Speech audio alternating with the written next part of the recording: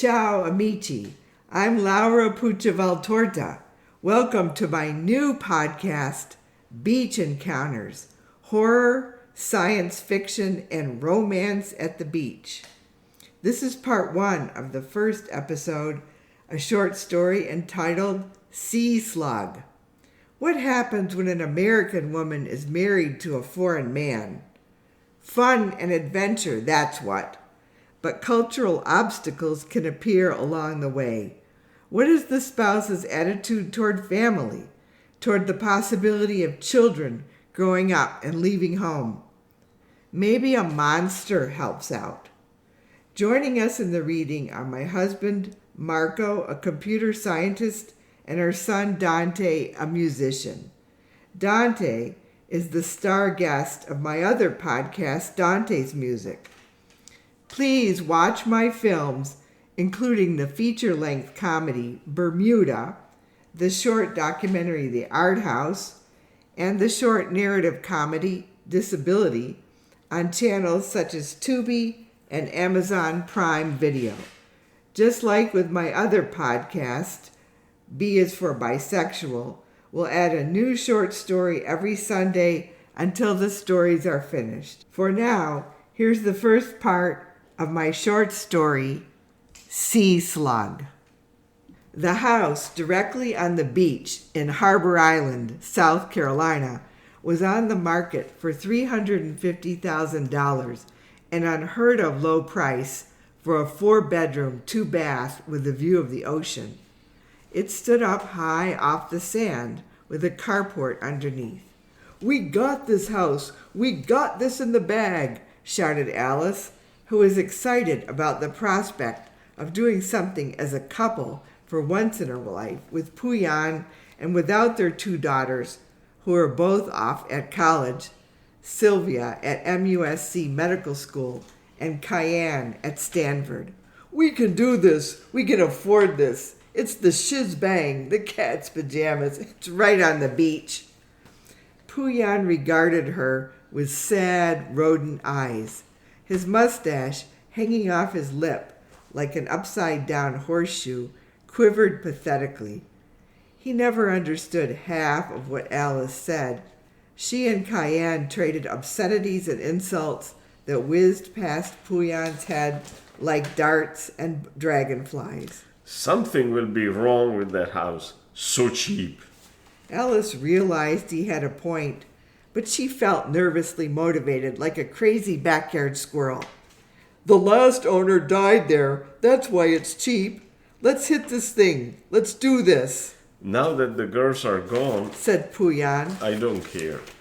They were living their lives at 2 different ends of the candle, Alice thought. Pooyan at the wide bottom end and Alice at the burning wick. "If you don't care," said Alice, "if it means nothing to you either way, I'm going to buy it." Pooyan's mustache drooped even lower. Alice wondered if this adventure would ease Pooyan's depression or deepen it. But if she didn't try buying the house, she would never know. Iranians were very mysterious people. Italians, like her people, seemed to be more gregarious, risk-takers. Italian-American families grew, matured, burst apart, and moved away to far-flung places. But this was exactly what Pooyan himself had done. Left his family, escaped. So why was he sad? At last they were free as a couple, like when they were first married and walking down Main Street, Columbia, from a restaurant to the Nickelodeon cinema. No worries about when they had to get home. 2 years of that bliss, and then they had children. After that followed 20 years of meal preparation, homework battles, snotty noses, and soccer games. It was good to be a grown-up again, a free agent. On a hot June day, Alice closed her law office for a week and drove to Beaufort to meet with the closing attorney. Pooyan was at a mathematics conference in Palo Alto, trying to hook up with Cayenne, spy on her really, and check on her activities. So it was a good time to act. Pooyan texted her that their daughter wasn't answering her phone. Cayenne, a brilliant girl with no focus in life, was probably off with her friends smoking pot. But Alice couldn't say that to Pooyan. Let him find out, get real on his own. Surrounded by wood paneling and hunting pictures, the real estate attorney, Bobby Woof, looked at Alice with a porky smirk on his face. His eyes were blue pinpricks. You sure you want to close on this place without your husband present? Yeah, I'm sure, said Alice. My name is the only one on the deed. I also drove here on my own and can use the bathroom without his permission. Her car was a Tesla that she had paid for with her earnings as a disability attorney. Alice didn't like the look of Bobby Woof's face, his fried egg air of superiority, or his cigarette-smelling paralegal out front, but she refrained from saying that. For the 1000th time in her life, she thanked the great goddess she had not married an American man. All the flubby, pale, incest-faced American self-righteousness was not for her. Cool car, said Bobby Woof. They passed the paperwork endlessly back and forth. Alice used her own pen. At the end of the signings, she handed Bobby a check for the down payment made out from her and Pooyan's joint account. This your husband? Said Bobby, scrutinizing the check. Yeah. He a U.S. citizen? Alice felt the pressure building up inside her head. Your gal out front, she got a high school diploma or what? What? Just give me the deed, and I expect you to register it properly so that there's no question I own it, with a flawless chain of title. Bobby handed Alice a packet and stood up. They nodded but did not shake hands. This was the moment she had been waiting for, escaping the smelly office, driving on Highway 21 past the marshes, opening the door to her own beach house, walking to the water, breathing the salt air. At the guard's gate, she explained to the young woman that she had just purchased the property at 123 Oceanfront Drive. The guard, after reading something on a clipboard, nodded. She handed Alice an application for an owner's sticker. Alice rolled down the windows. It was early on a Friday afternoon. She had a small packed suitcase and a bag full of groceries, including fish. The place was all hers, for unpacking, cleaning, and beach walking for as long as she wanted to stay. The beach air smelled deliciously salty. At the end of the point, she rolled into her own driveway. Oceanfront 123 had been freshly painted yellow with white shutters. She wondered if the shutters really shut or were just for show. As she opened the front door, she could see all the way through the entrance, past the living room and the porch, into the ocean. Blue crested waves. Beyond that, Edisto Island. It was nature. It was heaven. It was the beach. That night, Alice slept soundly. She had purchased a new mattress earlier and brought in new sheets for the master bedroom. Her walk on the beach and then sitting on the porch and texting her sisters and daughters a photo and the news, this is the new Dravidian beach house, had taken up the whole afternoon. She read a book by John Grisham. The only thing missing was Pooyan, sleeping next to her. At 6 a.m., a watering, hissing noise on the beach side woke her up. She walked out onto the porch, wearing nothing but a t-shirt and underwear. It was still dark. Down below, something massive was moving, not the size or shape of a human. It moved and pulsated. Maybe somebody's dog. A big dog, the size of a baby whale. Alice did not remember anybody mentioning whales in this part of South Carolina. There were plenty of dolphins, sea pork, horseshoe crabs, sharks. Nothing this size unless it was an extra large alligator. Shrugging, she went back to bed. Whatever it was crawling and oozing low on the sand, far below the Dravidian's porch. The next day, the sand thing was gone. She walked to the pancake breakfast at the community center. Every Saturday, the Homeowners Association charged $5 for pancakes, money that went into the Island Beautification Fund. Don and Helen Horsley, HOA president and vice president, were making and serving pancakes that morning. "Anybody ever seen a whale on the beach?" Alice asked, sitting down uninvited at a table full of fogies. The man and two women shook their heads. No whales around here. They said. Just a bunch of tourists. The fogies chortled, and Alice smiled. "I thought I saw something crawling on the beach this morning early," Could be an alligator. said a thin woman with long gray hair. They swim in the ocean sometimes, you know. Or a fishing boat. Said the man, whose eyes were bulging. "I don't know," said Alice. She poured some artificial syrup on her pancakes. Helen Horsley stopped her on the way out. Welcome to the island. You're foreigners, right? "No, we live and work in South Carolina," said Alice. "We're all Americans." It was nobody's business if her husband was Iranian American. He worked hard and paid his taxes. Maybe in another year or so she would know Helen well enough to reveal their story. I thought I heard your husband had an accent. Said Helen. Alice dodged the question. "Ever seen a large sea creature on the beach in the morning?"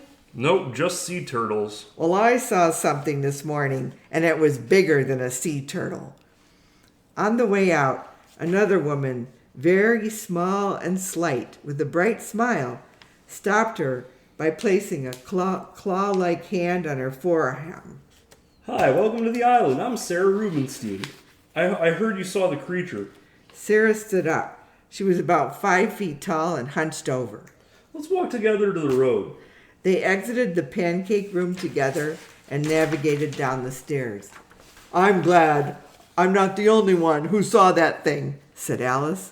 She was surprised to see that Sarah was walking all the way home. Her back was the shape of a candy cane. I don't mean to sound mysterious, said Sarah. but you'll see it again and again until you get over your sickness. Huh? What do you mean? Alice thought that Sarah might be a witch. COVID? We've all been vaccinated and boosted, I saw that sea slug, that big animal, when I first moved here. said Sarah. Every morning until I got my will straightened out. Oh, we should get together for coffee, Glad to. said Sarah. I live in that White House, Shipwatch Circle. She pointed to the tall white house with the widow's walk on top. "Give me an hour," said Alice. "I'll make a casserole and bring it over." Instead, Alice made brownies in her new kitchen because she had no ingredients for anything fancier. Sarah's house was carpeted from top to bottom with unbeachy furniture, such as a grandfather clock and spindly chairs everywhere. Her bookcase was filled with statuettes of birds, animals, and people, none of them higher than 3 inches tall. The shelves were filled with mysteries and books by Margaret Atwood. The walls were painted turquoise and beige. You know, I was an attorney for 40 years. Sarah told her when they sat down with tea and brownies. "No kidding, I'm a disability lawyer. I used to do employment discrimination. What about you?" Car accidents. said Sarah. And divorces. "Were you married?" asked Alice, cutting to the core. She saw no reason to skip around the garden with this woman who had direct, piercing eyes, loads of books, and a huge manual on Kabbalah open on her coffee table. Yes, 3 times to be exact. Said Sarah. They're all dead now. I got into trouble with my children when I married the second man, but he was the love of my life. I think my second marriage enticed the creature, that slug, to crawl out of the ocean and stare at me. It was horrible. Before that, I always thought I was a good person, always right. Alice chewed a third brownie and contemplated this. Why should a woman as formidable as Sarah care about what her children wanted once they were grown and out of the house? "My husband is from Iran," said Alice. "He's a math professor." Sarah smiled. Ah, professors. Valuable geniuses, but so impractical. They never seem to know what to do. They stumble around. They can't sell themselves. Lawyers are just better at that. "Lawyers are just better at everything," said Alice. I began seeing the big sea creature when I bought this place. Sarah swept her arms around. It has 4 bedrooms, 3 baths, and a study. Marvin, my first husband, never would have gone for it. But Sam, my second husband, thought it was wonderful. I actually used the widow's walk on top. I'm not sure my husband Pooyan is as excited about a house on the beach as I am. Sarah poured herself another cup of tea and slurped it down. He'll come around. Harbor Island is relaxing and beautiful. Just ramp up the sex. Alice raised her eyebrows. She and Pooyan had regular sex. It was good, if a little robotic. Yeah, you got that right. Men love sex. Pooyan is depressed because our daughters are gone away. One to college and one to medical school. Medical school, said Sarah. Both my daughters went to medical school because Marvin insisted. What about the sea creature? Said Alice. Oh, it's probably harmless. A special djinn. Looks like a giant manatee. Pooyan told me about djinns. It's like a genie, right? Sarah smiled. You know, it could be. It could be a magical animal, a good spirit. Maybe you should bring it some food or some fresh water. Alice had a sudden, disgusting vision of a huge piece of sashimi. How do I get rid of it? Sarah shrugged. Depends on your personal problems. More tea? When Alice nodded, Sarah picked up the tray and flitted away to the kitchen, her tiny feet barely parting the carpet. Bitch looks like a bird, Alice thought. Sarah would be the last person to recommend calling animal control. Well, that's the end of part 1. Wait until next Sunday for the second half of Slug.